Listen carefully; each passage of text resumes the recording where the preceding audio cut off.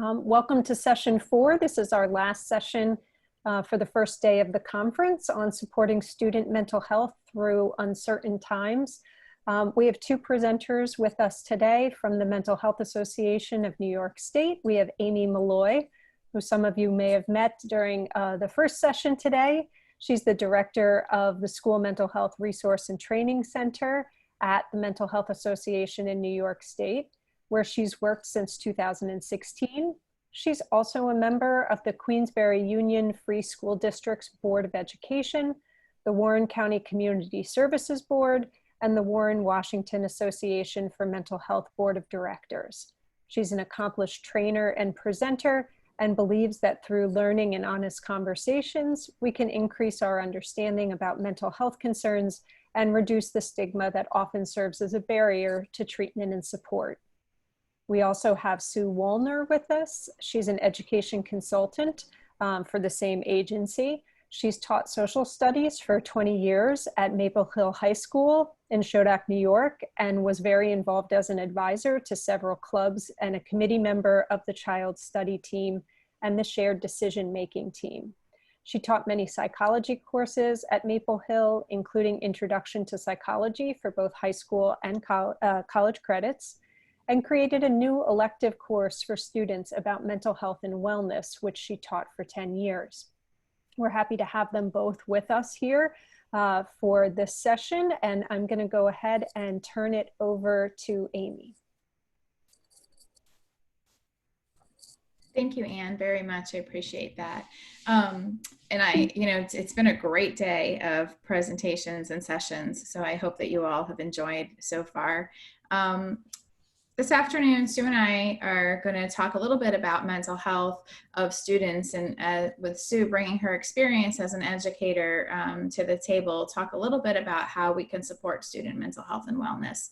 And we talk a lot in terms of mental health and wellness because we want to kind of frame the conversation in such a way that we're moving away from that deficit model. So you'll kind of see more of that as we go along. I talked a little bit about who we are this morning, but in case you weren't with us, we are a chapter of Mental Health America, and a lot of the work that we have done over the years has been really about educating communities, families, students, adults about mental health, all in an effort to reduce stigma and discrimination and to promote wellness and recovery. We were one of the leading advocates to advocate for a law in New York State that requires schools to teach about mental health as part of the health curriculum from kindergarten through 12th grade. And after that law passed, we were also able to advocate for some funding to help schools. And that's how the Resource Center was established, and that's funded through New York State.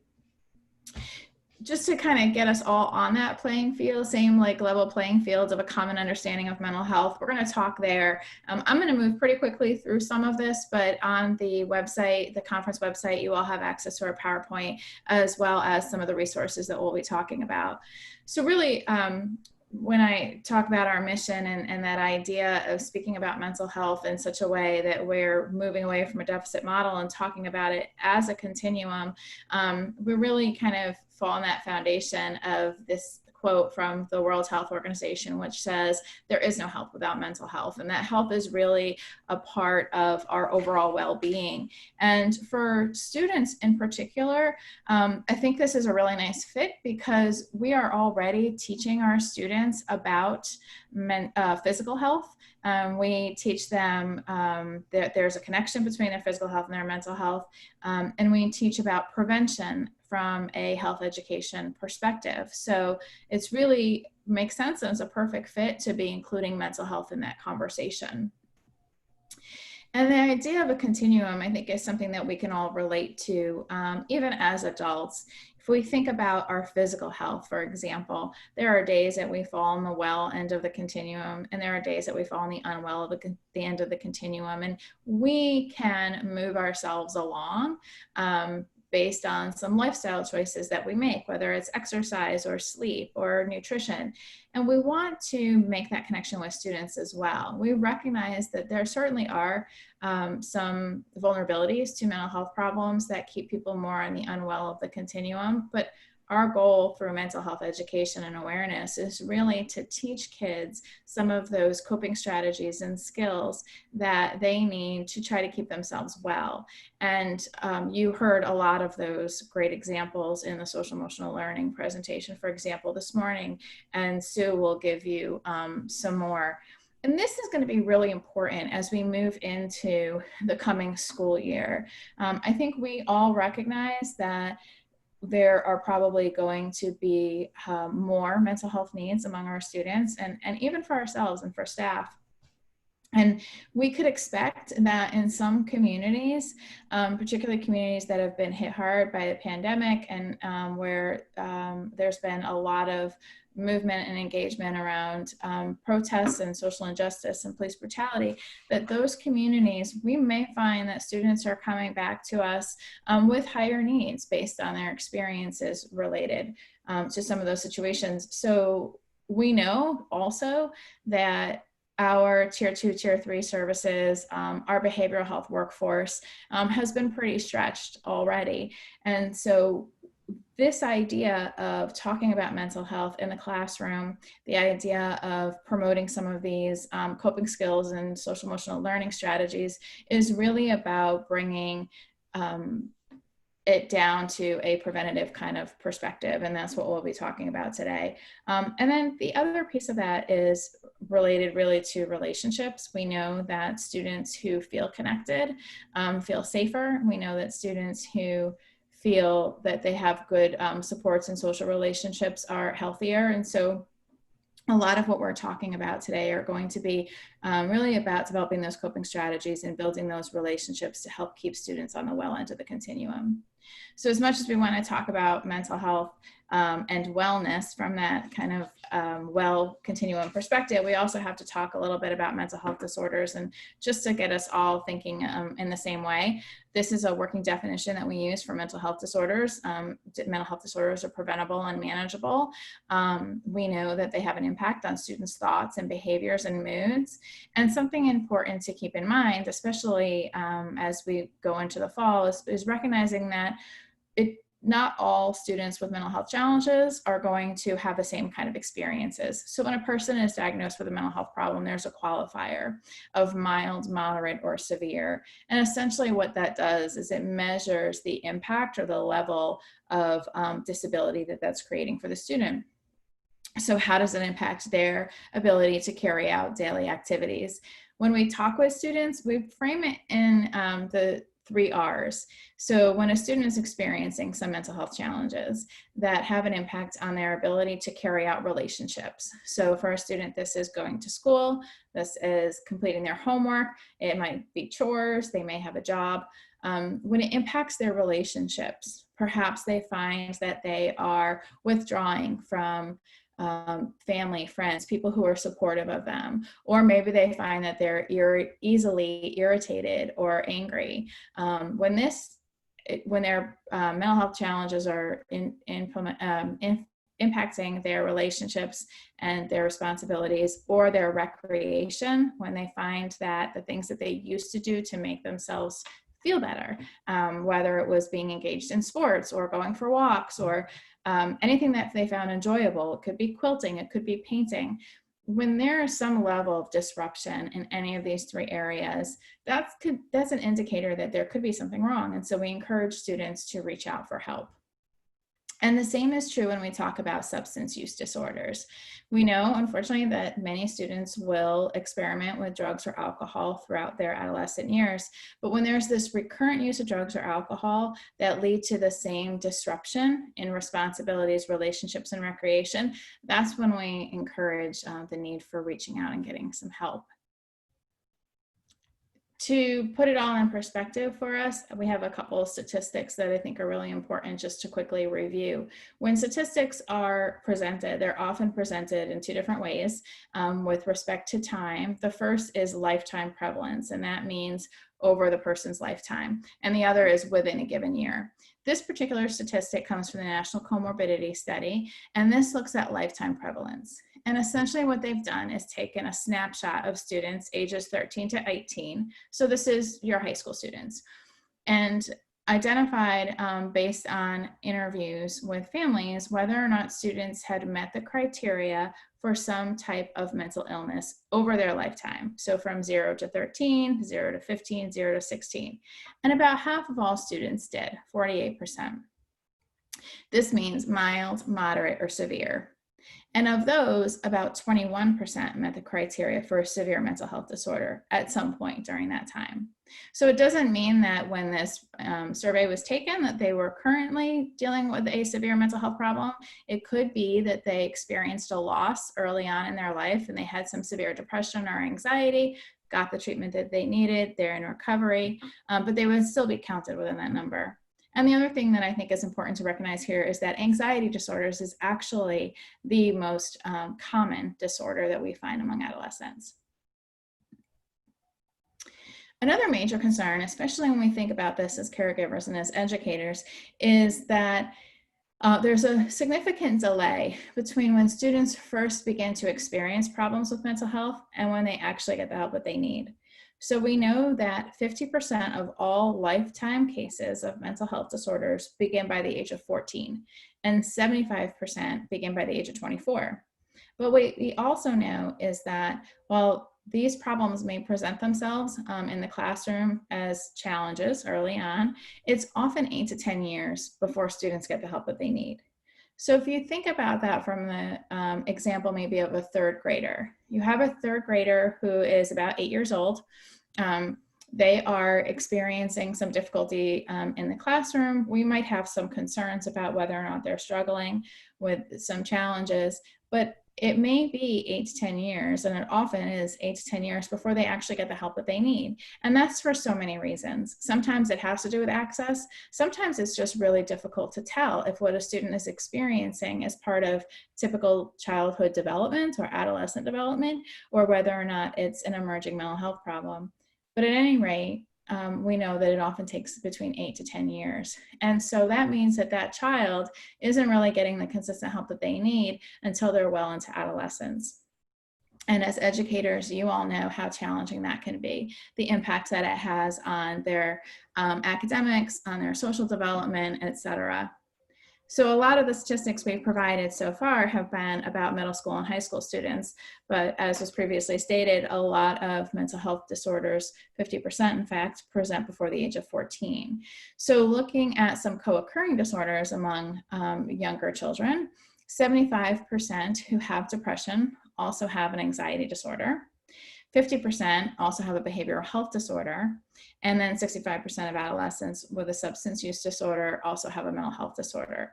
So in addition to the delay that we sometimes see before students are able to get the help that they need, there's also some co-occurring disorders, and this creates some challenges in identifying what students' needs are.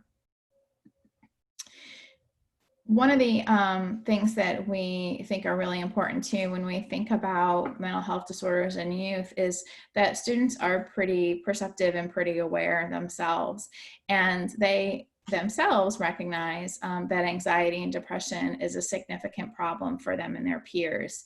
This comes from a Pew Research study, and the link to the article is included in your in the handouts and resources we've provided. But what it found is that when we ask teens about the most troubling concerns that they have for themselves and their peers, about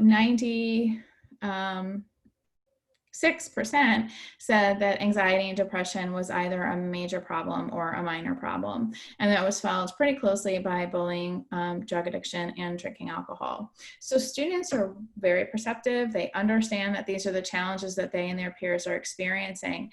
What that also does is it puts them in a wonderful position to be able to help and support one another. So again, reason for mental health education and making sure that students are aware of both mental health problems, mental health treatments, risk and protective factors, and coping strategies. We originally had actually termed this presentation, I Have Anxiety. We were talking with school counselors. This came from a presentation with school counselors last year. And one of the big concerns was, how do I respond to students who say, I have anxiety? How do classroom teachers respond when students say, I have anxiety? And what we really found was that we had to kind of ask the question, what are they actually saying? Are they saying that they have an anxiety disorder, that they've been diagnosed with anxiety? Or is it kind of commonplace in our culture and in our vernacular to use terms like, oh, he's so bipolar, or she's so OCD, or I have anxiety? And what we found is that it's not uncommon for young people to sort of pathologize some of those everyday stressors and anxiety. And when you ask students if, we've done this when we've done presentations in classrooms with students, we often ask, how common do you think mental health disorders are among, say, 5? How many people out of 5 have a mental health disorder in any given year? And we get answers like 3, 4, 5. And in reality, the answer is 1.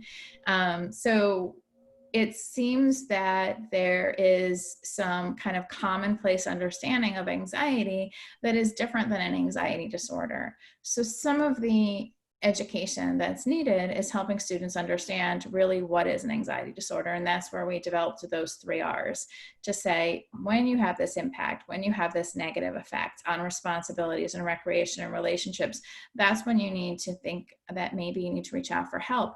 But in reality, we all experience stress, and that's a normal part of our life experiences. And certainly things have been heightened during this time. And I think it'll be okay to sort of call that out and recognize that as students come back and give them a chance and space to talk about that. But what we often talk to students about in terms of that everyday stress versus anxiety is a recognition that everyday stress and anxiety are both going to look a little bit different. So everyday stress is our body's reaction to some kind of trigger or some kind of threat. It's generally short term, although it could be longer. And there's different kinds of stress. There's negative stress, which we call distress, or there's positive stress, which is eustress. And one example of that might be, I know that I have this presentation coming up, and so I'm going to make sure that I practice and get all my slides taken care of and do everything that I have to do. So it's stressful in preparing, but it's also motivating. There's also other situations that cause us stress that can be really positive, like moving into a new place, or going away to college, or having a baby. There are positive examples of stress, but sometimes they can be very healthy and motivating. And then recognizing what's the difference. If that stress is causing me difficulty sleeping, if that stress is causing me headaches or stomach aches, that's a different kind of stress. And it's important for students to be able to recognize that. But stress itself can be rational, it can be healthy, and it can be helpful. Anxiety is a diagnosable disorder, and that's the difference. It can also be triggered by stress, and it doesn't necessarily end when whatever the threat is addressed. So if I am worried about the first day of school, that could be a pretty typical source of stress, the first day of school. But if after the first day of school, those uncomfortable feelings aren't going away, if maybe it impacts my ability to get up and go to school, that's a different kind of anxiety. So helping students really recognize the difference between those is part of what we do with mental health education, and really focusing on that level of disability or impairment. As we said, we can expect that students are going to come back to the school year with some increased levels of stress, perhaps with some increased diagnosed disabilities. We also can expect that the need will be there for adults in the lives as well, both family members of our students and our staff. The real impact of COVID-19 is going to be a little bit difficult to measure for some time. We know right now that there are some reports and surveys that have been conducted. One in particular is the Kaiser Family Foundation, that identified that nearly half of US adults reported some kind of harm to their mental health as a part of the pandemic. Early research has shown that there is self-reports of depression and anxiety symptoms symptoms that are increasing for moderate to severe. And we know that people who had existing vulnerabilities or existing risks are going to be adversely impacted as well. So those who were bordering on homelessness, those who had a pre-existing mental health or physical health problem. We know that our communities of color have been disproportionately impacted. So we do have some understanding of the impact of COVID-19, but it may be some time before we really understand it. And that's a question that a lot of people have asked, particularly with respect to student mental health. And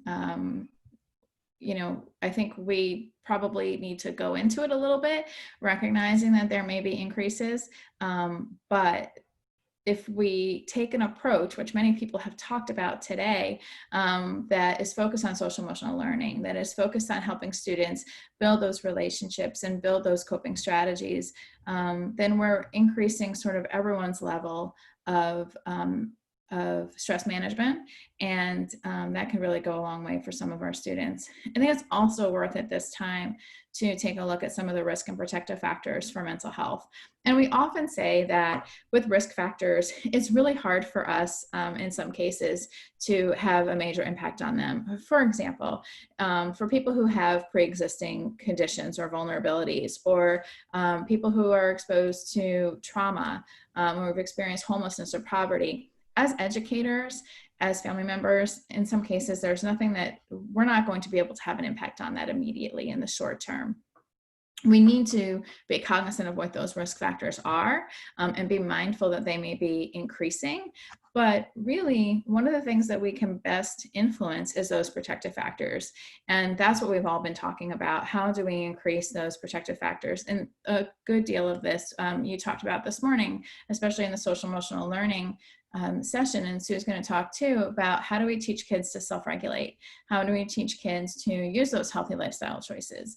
How do we help students get connected to communities of support? How do we build those positive relationships with students? And then is there anything that we can do, again, to kind of create some kind of stability and structure, whether it's a hybrid learning environment or a remote learning environment? Those clear expectations, the sense of safety, that structure is going to go a really long way in supporting student mental health. Typically, when we talk about mental health conditions for students, we really talk globally because we don't want to, while we know that there are some risk factors and vulnerabilities, we don't want to have blinders to think that there are certain populations that are necessarily should be on our radar with respect to mental health. But I think when we talk more specifically about how do we strategize to support mental health, it's important to understand who our populations are within our school district, what characterizes them, and then have an understanding of how those communities in particular are impacted. So I want to share a few statistics with you related to some at-risk populations. The first being Black youth. We know, and this comes from a report called Ring the Alarm, the Crisis of Black Youth Suicide in America. Again, the link has been provided for you. But we know from that report that the suicide rate among Black youth is increasing faster than any other racial or ethnic group. And not only is it increasing faster, but we're seeing it happen at younger ages, particularly under the age of 13. Black youth are twice as likely to die by suicide than their white counterparts. So it's increasing, but the age is moving lower as well. And we also know that trauma plays a big role in the suicidal behaviors of Black youth. Black youth who report a history of trauma are 5 times more likely to attempt suicide than those without trauma. With respect to Latinx populations, we also see some differences, and specifically among those who identify as female. The suicide rate for those Latinx youth has increased by 50% in the last decade. We also know that among all minority populations, Latinx youth have the highest rate of depression symptoms, 22%. And so this is very relevant because we know that for students who have a mental health disorder, they are at greater risk for suicide as well.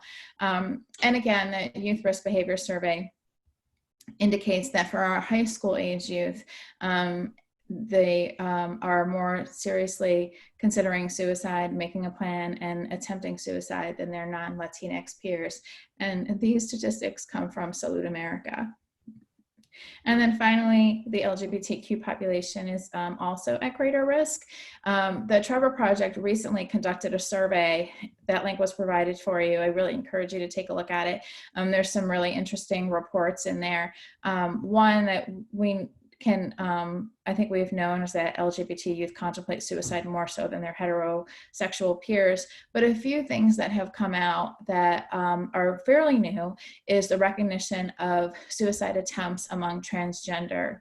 Now, we have data from transgender adults, but what we've learned from them, 40% of transgender adults reported suicide attempts. What we learned from them is that 92% of those were before the age of 25. So while we might not have some real strong statistics for transgender youth and suicide, what we learned is from the adult population. And then we also know, and again, this isn't necessarily new, but very helpful for us to consider, is that when students are not receiving the kinds of support that they need from their families, they are more likely to be at risk for suicide. And then just generally looking at suicide statistics among youth, this comes from the Youth Risk Behavior Survey from the CDC. The suicide rate for 10 to 17-year-olds has increased over this decade, 2006 to 2016. And what that means is, and I often try to put it in perspective this way, if you're an ELA high school teacher and you have a class of about 20 to 24 kids, between 1 and 2 students in each of your classes will have made an attempt in the previous year. And 1 in 6 have seriously considered it. So that's, 1 to 2 kids have made an attempt, about maybe 4 kids have seriously considered it. So there's a lot of opportunity for us as educators to be able to intervene and provide support. It doesn't necessarily mean that we're all going to provide crisis services. It's really about helping build those connections, demonstrating compassion, asking people if they're okay. There's some really great basic kind of suicide prevention strategies that we can all employ as adults. And we do have a training on our website as well that we've offered in partnership with the Suicide Prevention Center of New York that's intended for anybody who works in a school, just helping them recognize when someone is having thoughts of suicide and intervening in such a way that we just demonstrate listening and a non-judgmental attitude and compassion and connect them to the help that they need, stuff that anybody can do. So with that, I'm going to turn it over to Sue, who's going to talk more specifically about some of the strategies that we can use in our school environment. Sue? Absolutely. So thank you, Amy. So I just want you to think for a second, a lot of the statistics and the data that Amy pointed out to you about youth were all, gathered before COVID-19 even started. So think, of course, of the added possible anxiety and stress of some students, not all students, but some students will bring to the classroom this fall on day 1. And then most of our strategies we'll talk about today deal more specifically with students. But just for a second, I want you to step back and think also of yourselves, of the stress whether you are an educator, whether you're a staff member, administrator, what you will also carry to the table, and all the uncertainty around what's going on in the world today. So this is certainly going to be a challenge for all educators. And as we know, educators are certainly creatures of habit. And Amy's heard me talk about this before. So as a former teacher, my friends and I used to always say that, July felt like Saturday and August like Sunday. So in July, in most years, not this year so much, you're relaxing, you may be vacationing, you're kind of out of, the school mode. But once August 1st comes, those butterflies and the little anxiety that we face is certainly there. And we are also creatures of habit in terms of our rituals and routines, in terms of getting ready for school, whether it be, making name tags, getting our classes ready, whatever it might be. But all bets are off this year. Some schools are not even sure yet what will happen, let alone knowing what will happen in a month from now. And so our thoughts might be filled with anxiety, some confusion, some unprecedented challenges that we might face. You might be thinking, how am I going to keep my second graders physically distanced? How will I juggle SEL and academics? Will I be able to run the tech and engage my students? That would be my biggest fear because I'm not a tech person. If you have older parents, you might be worried about taking care of your parents after being exposed to people during the school day if you're teaching in person. So these are all the things that are going through our heads. And so we are in uncharted territory. So before I talk about the strategies with students, I just want to try to put as much as we can a positive spin on this and say, this also is a time of reimagining, of learning from the past, embracing teachable moments for our students, thinking as positively as possible and thinking outside the box. So we certainly need to vent, we can complain, but at the end of the day, we have to forge ahead and go ahead and do what we need to do. So what I want to do is I want to focus on some classroom strategies as well as school-wide strategies. So in terms of one of the major broad issues for school-wide would be collaboration. So just like we want our students to collaborate, in terms of adult SEL, we want to collaborate and build relationships as well. We're going to be physically distanced in many cases, even if we're in the same building, or we may be in different counties teaching in the same school. But we want to mentally and socially be as close as we possibly can be.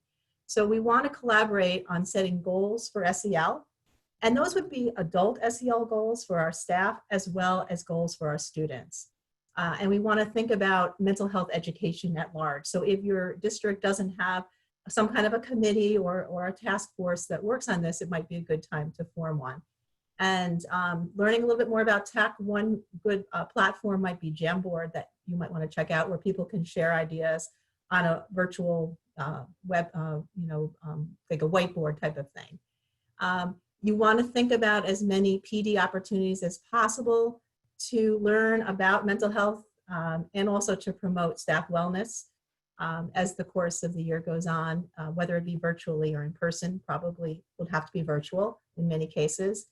And this is a time to not hold back and keep things just for yourself, but to share ideas with your peers about student wellness and any lesson ideas you have that could be used in all different types of venues, not just in the health classroom, not just in the PE classroom, but in all classrooms and school-wide strategies as well. And I just add this here, because a lot of you will be teaching virtually, it's hard to engage and hold people's attention day after day in the classroom. So think about how hard that will be virtually. So it's not a bad idea to think about inviting administrators, community members, other people in your building to come in and do a lesson or to share at different points with your students, just to kind of mix it up. I would recommend that. Let's go to the next slide. And in terms of this, it says the big picture, but I'm thinking of the big picture in terms of being a classroom teacher here. We put some handouts together. Those are there for you. We also have them on our website. And one of the first things we thought was the beginning of the school year, we need to lead with social emotional learning. I taught history for years, and I was always worried about getting in all the lessons in terms of the content. And it wasn't until the last part of my career and now that I realized that it's like putting the cart before the horse. If our students aren't ready, especially in this year coming up, if they're not socially and emotionally ready to learn, they're not going to retain anything. They're not going to be able to listen and be attentive, and there will be it won't be as enjoyable of an experience. So we need to think about in every subject area to begin with social emotional learning. Your schools may, or your districts might have surveyed students and family members. You as a classroom teacher can do the same with specific questions you think would be helpful for you to know about them. You also need, regardless of the, I'd have to go back to that one, to provide opportunities for students to reflect, maybe journals, discussion, music, whatever it might be.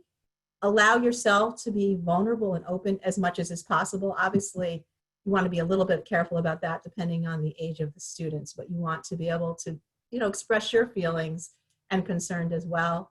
And as Amy mentioned before, the cultural responsiveness is really important. We really need to know who's sitting in the chairs in front of us or in their homes in front of our, through our screen, and know what their community might be going through, a little bit about their families, a little bit about their background. So to make sure that our lessons are appropriate, that they're using materials that are, relatable to the students, and make the kids feel connected. And as always, but maybe even more so than ever, using a growth mindset whenever setting goals, not only for academics, but also for SEL. And last but not least, in terms of the big picture, I think sometimes we're afraid to talk about certain current events with our students, and it certainly has to be age appropriate. But I think it's really important to talk about what's going on in terms of the pandemic, talk about what's going on in terms of race and racial equity, and then to incorporate mental health lessons in, again, all subject matters wherever relevant. And we'll talk about ways to do that in a second. One of the big things in terms of SEL, obviously, is to build social connections. So we are strong advocates of having classroom meetings, whether it's in person or through virtual circles. And it can be big picture topics where you're talking about empathy, using a story that promotes empathy, talking about gratitude and sharing ideas there, talking about conflict resolution if there's been problems between students or between adults and students, and to use discussions or role plays to play that out. You can also use those circles to discuss academics in a different way. And if you're doing it virtually, it's a chance for kids to speak and for you not to be the one who's always in front of the classroom. Again, a little bit difficult during these times in some ways, but project-based learning, you have to be creative, but there are ways to get small groups of people together virtually or distance to work on projects and community service projects. Some obviously we can't do right now, but there are a lot of things in terms of letter writing or different types of things that we could promote. Again, not only group building connections, but personal connections are very, very important. So as much as is possible, and I found when I talked to teachers were actually doing this more in the spring than they've ever done before. And so that's one positive that came out of this. A lot of people are having one-on-one and will continue to have one-on-one meetings with their students, either in person or virtually. And if students seem a little bit reluctant, sometimes they'll be a little bit more comfortable with a friend or two in a small group. And more than ever, one of the things I found as a teacher is sometimes we only tended to reach out when there was a problem, a behavioral problem or an academic problem. So I think more consistent reaching out to parents just to get to know them, to understand their families, to see their concerns.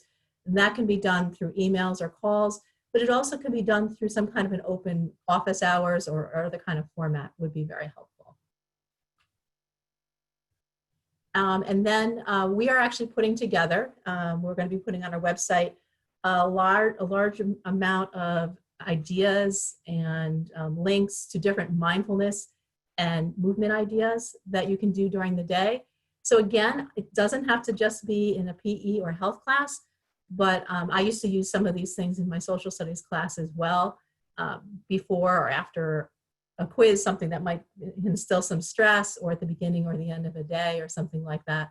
So there's a lot of things to do. And then I wrote here at the bottom, it might be helpful for kids, either virtually at home to put this together or in person to put this together, some kind of little tactile things that can help them relieve their anxiety that aren't maybe noisy, won't be disruptive, but can really help them in moments when they feel a little bit of stress. And then some specific, although there are countless others, and we actually mentioned some of these on our website as well, different wellness activities that you might want to incorporate into the classroom. So a self-compassion break is to have your students reflect and think about a time when they were tough on themselves, which we often tend to be, and think it through to see what they might have done differently or to forgive themselves and move on. So that's a great exercise. Obviously, journaling of any kind, whether it be a gratitude journal or a personal journal, is great. A smash book, if you don't know what that is a way of writing down your feelings. And then if you have some negative ideas or something that you keep ruminating about and you want to get rid of it, you can literally smash it. You can put your hand down and smash it, or you can, put glitter over it or paint over it or marker or something like that. And a wellness board is something you can make as a reminder to yourself to keep at school or at home with positive inspirational quotes or sayings or lyrics and pictures and things like that. And in the same vein, a lot of people are using, just like we have Fitbits for exercise, they're using mood trackers. And there are different apps you can get for this. This is one that we designed because sometimes you find that different times of the day trigger different types of emotions. Like for instance, I'm not a morning person, so I know that if I tracked my mood, I would be a little bit snippier in the morning, a little bit quieter in the morning. So it's good for people to kind of track this and see what they feel at different times of the day, or to try one of those apps to see about their mood. And that's a fun thing to share with students. And then we also have a handout that has a lot of this on it as well. So one thing I just want to mention is, as a former teacher, it kind of pains me that I can't see all of you. So a lot of you who are teachers can relate to this, that you want to see your audience and you want to see them up close and in person. So it's kind of like going from being on the stage as an actor to being on TV where no one sees you when you're trying to act. And it's tough. It's a really tough thing. But we have to practice it and we have to live with it and we have to do the best we can. So I just put a bunch of tips here that might help out. So be tech savvy. So the more you know the platforms you're going to use and how to use them, the less anxious you will be. And so practice, practice, practice is all I can say on that. You want to also know what your students know about the tech, because they're going to be anxious if they feel like, oh, I can't submit that because I don't know if it'll go through, or I'm not sure if I'll be able to get on, or I don't know if they'll be able to do that quiz online. So make sure that they're well versed and find out about their accessibility, because you might need to use different techniques to reach the students. A lot of teachers are telling me that they're recording 2 messages before school. They're doing one with a mask on and one without a mask on. So small children in particular, if they're going to see their teachers later when school starts, they'll be able to recognize them with the mask when they do see them. So that's a tip that a few of my friends who are elementary teachers told me. You want to be as routine and structured as you can. We are creatures of habit as human beings, so routines are good. And then I list a bunch of other things here that would be as helpful as possible. Some of them I've kind of talked about before. The one thing I just want to mention is you want to be as interactive as possible. I think this is maybe one of the most important ones here. And that to me says, you can't stand there the whole time and just talk, because you're going to be boring after a while, no matter how good you might be. So you need to get your kids, your students to speak. You need to pass it around. You need to have those virtual circles. One new platform is the Jamboard, which allows kids to make little videos and share them. So that might be a way of being more interactive. And there are a host of other things as well. And then just very briefly, we want to connect the family with the school. And so we want to talk about how to promote health, mental health outside the classroom. So here are some tips that educators and school districts can use to bring parents and caregivers into the loop. So some of them would be tips to offer. Maybe you could put a tip sheet together for parents. Maybe have coffee times to link parents and schools together, provide self-care options that students might start at school, but then the students can then show their families different types of meditation they might be doing, or different kinds of exercises they might be doing. So there's a lot of ways to bring parents and caregivers into the loop for that. And of course, these are just some examples, but there are hundreds that you can turn to depending on your preferences of different types of self-care that your students or you or their families might be interested in. Just want to quickly point out a few that I think are important. And one is to turn off the news. I think at a certain point with all the news feed that we have on a daily basis, I have a tendency to be a news junkie, so it's hard for me to turn off the news, but I think it's a valuable thing to do just for your own, feelings. And then also to give up on perfectionism, I think also very important right now, because there's no way we can be perfect between all of the changes and all of the challenges. Things are not always going to go according to plan, so we need to be adaptable. Not an easy thing to do. So giving up on perfectionism is a good start. And last but not least is to smile. And if you're in not the best spirits, if you force yourself to smile, research says it actually makes you a little bit happier. Even if you don't want to be, it actually might make you a little bit happier. So those are the three I point out. So we just want to let you know that if you are interested in learning about the School Mental Health Resource and Training Center, you can go to schools@mahaneys.org, and you can get added to our mailing list and find out more information. And also we have our website, mentalhealthednewyorkstate.org. So we have a lot of back to school resources that we'd like to point you to, as well as a family education webinar sources as well, and other things through Mahaney's. So at this point, Amy and I are, I guess, ready to take any questions that you would have. So there was just one question. You must have done a really wonderful job, because there aren't so many questions, but the one question was, what app did you refer to when you were doing the mood chart? The mood, that was something we designed ourselves, but I know that there are, trying to think, there is one that's developed through Ruler, and let me just pull that up. I think it's called Mood Meter. Mood Meter, okay. That's one. There are 3 or 4 apps you can look at if you just type in mood apps. But the one that we showed the slide of is something that we just came up with ourselves. And we have that on our website. Correct, Amy? Is that on our website? Yeah, we do. So if you go to our website here, the one at the bottom, mentalhealthednys.org, on the home page right in the middle, you can click onto a box, and that will take you to some back to school resources that we kind of curated. And it includes some training opportunities. I know there was some reference to trainings in the chat. We have an online self-paced training that's eligible for 1 hour CTLE. And then it also includes some kind of coping strategies, and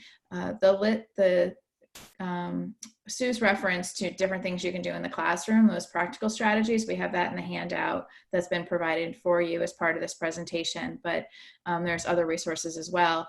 And with the parent education webinar series, we'll be releasing a list of strategies for families too that you might want to share.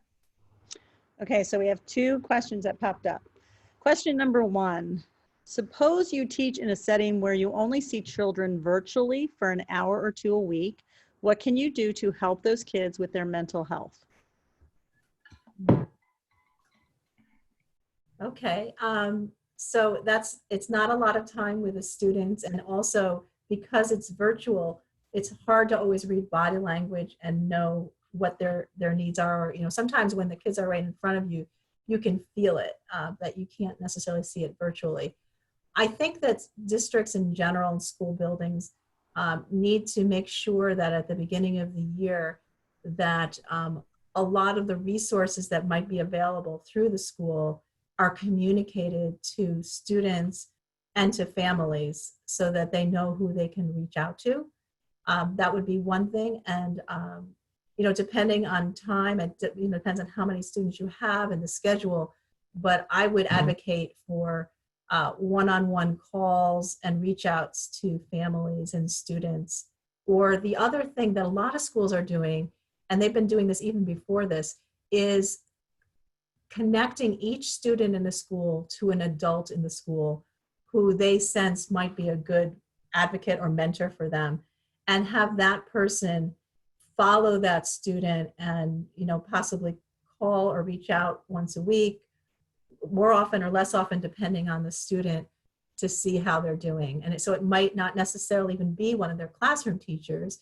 It might be a teacher that they just came in contact through sports or music or something like that, and kind of divide up the students so that each teacher or staffer might have, you know, 10 students that they would be responsible for, depending. That would be one thing I would think of.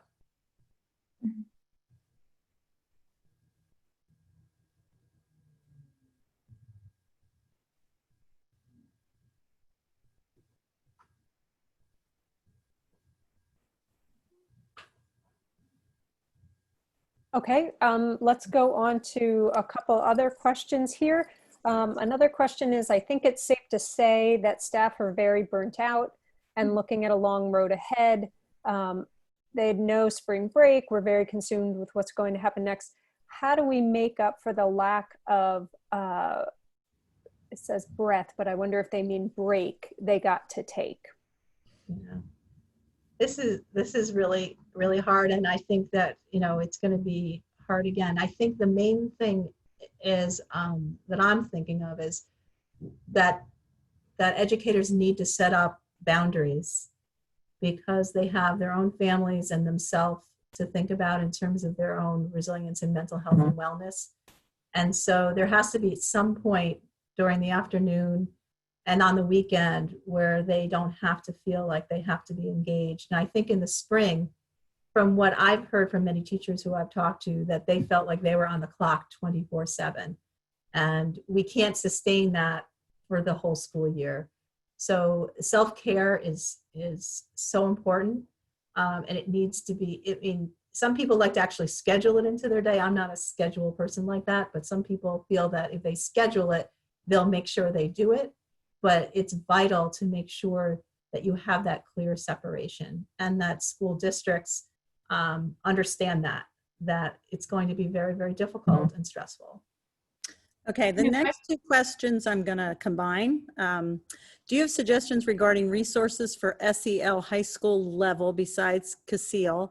And also, do you or anyone in attendance know anything other districts may be doing this year to make a stronger commitment to starting the school year with an emphasis on SEL district schoolwide or schoolwide?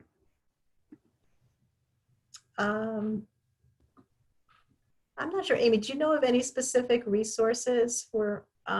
Yeah, so I just wanted to say about CASEL. One of the things that CASEL does have on their website is a program guide, and it lists literally dozens of middle school and high school social emotional learning programs, and it gives you some additional information about them, like the cost, how long they are, how they've been identified as being evidence-based for what areas. So I would still really start there. There are a few other programs that we've come across. There's one called Teen Mental Health out of Canada. It's a pretty involved program. There's a lot to it, just in terms of the amount of time, but you could also use some of those lessons in any way that you choose. You could just take pieces of it. We have some mental health education lessons on our website that were created by some health educators, and it's just a series of 4 lessons for middle school, high school, but there's a lot of social emotional learning or mental health based programs out there. But I would honestly start with CASEL because they sort of give you more information and they help you find ones that meet your needs. And then the other question was about, sorry, I missed the second part of the question, PJ. About anything, people know anything that districts are doing to start the year out with SEL. Yeah, I will say one of the things that I've heard from district leaderships is really just giving permission, mostly, to spend the first couple days, weeks, whatever you can do in your district, to really just focus on building those relationships, practicing some of those self-care strategies, whether it's mindfulness or movement.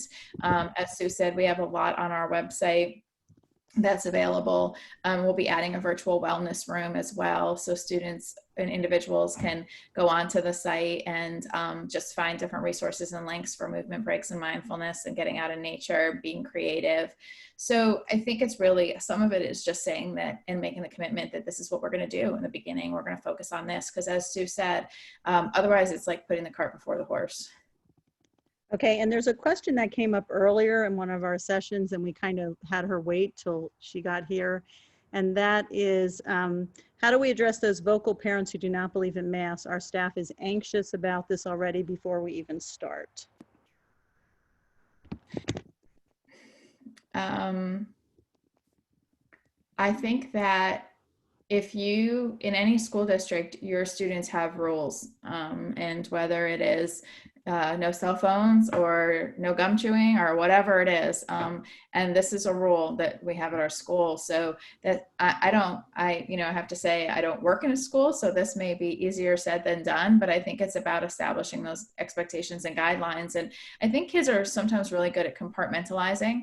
So if what they know or are hearing at school is that they need to wear masks, then I think that you'll have less of a concern. They're able to compartmentalize, but it is certainly an issue. And I would just say something I was thinking about before when the question came up about staff is, I think that another thing that could be really beneficial for staff right now is just building in some time and opportunity to hear from them.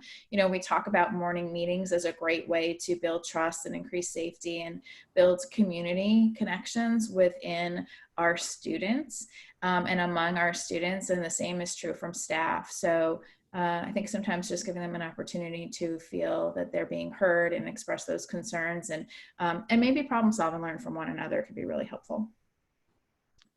Okay, and then we have Sue's electricity went out, so it's just me. Okay, so we have another question. I'm worried about confidentiality concerns in a virtual setting. Can you see problems with students opening up to me knowing that others besides students listening in a virtual classroom setting? Yeah, I think that's a really fair concern. It can be very difficult. I think, as Sue said, scheduling some time too for a one-on-one, and I assume this question is coming from a teacher versus a counselor, but I think kind of providing those one-on-one opportunities, also establishing guidelines among the group. So if you think about, if you're familiar with any kind of morning meetings or any kind of circle process, there are some rules and guidelines that are established. So being able to establish those, even when it's just a classroom setting, I think is really important. But the other place too, or sometimes we encourage educators to sort of find an opportunity to explore some things that students might not feel comfortable discussing outward, is in some kind of assignments. So whether it's a reading or writing prompt, or an assignment where they do a recording and send that in, some things that can be viewed privately, just like they would if you had assignments in a classroom setting.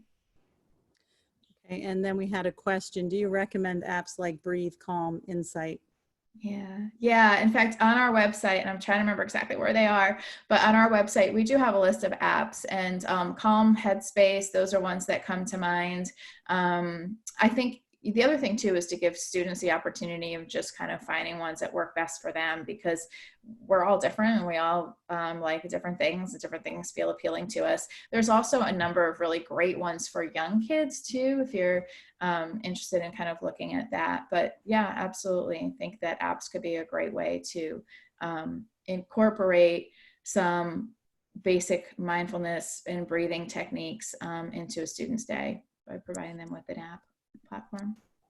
Do you have any suggestions for high school SEL activities?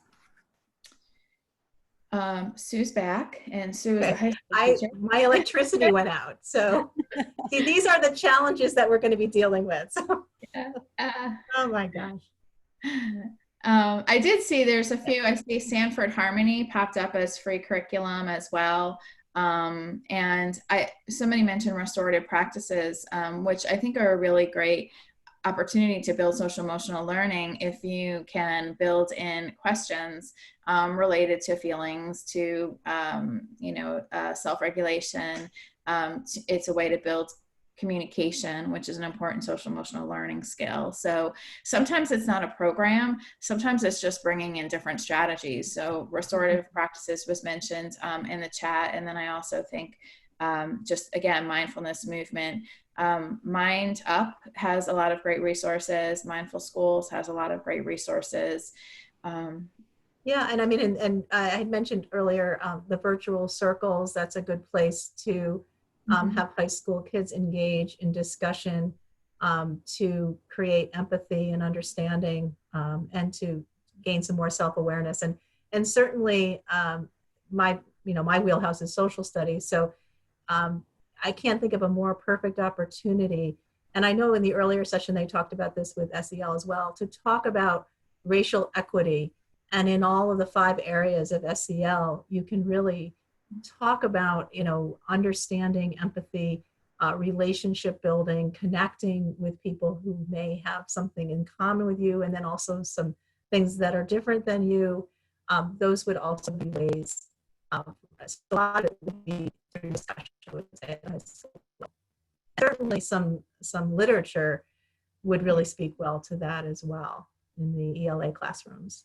We do have a list of some young adult novels, both middle school and high school lists on our website. If you search for in the educator section where it says I'm an education professional, if you search in that section, we have some lesson plans and book resources, but that is literature, as Sue said, is a great place. I'm also seeing in some of these comments didn't go to everyone, so Positivity Project is another great resource. Responsive Classroom is another great resource, and they do include programming.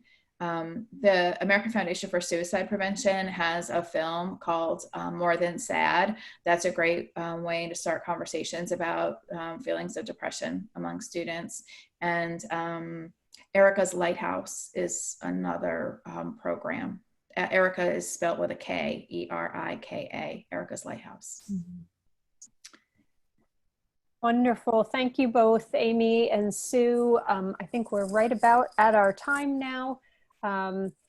We really appreciate everything you shared with us. There have been a lot of comments in the chat box about how useful this information is and how they'll utilize it in their work. So thank you so much for making those contributions. Thanks to everybody who participated and attended.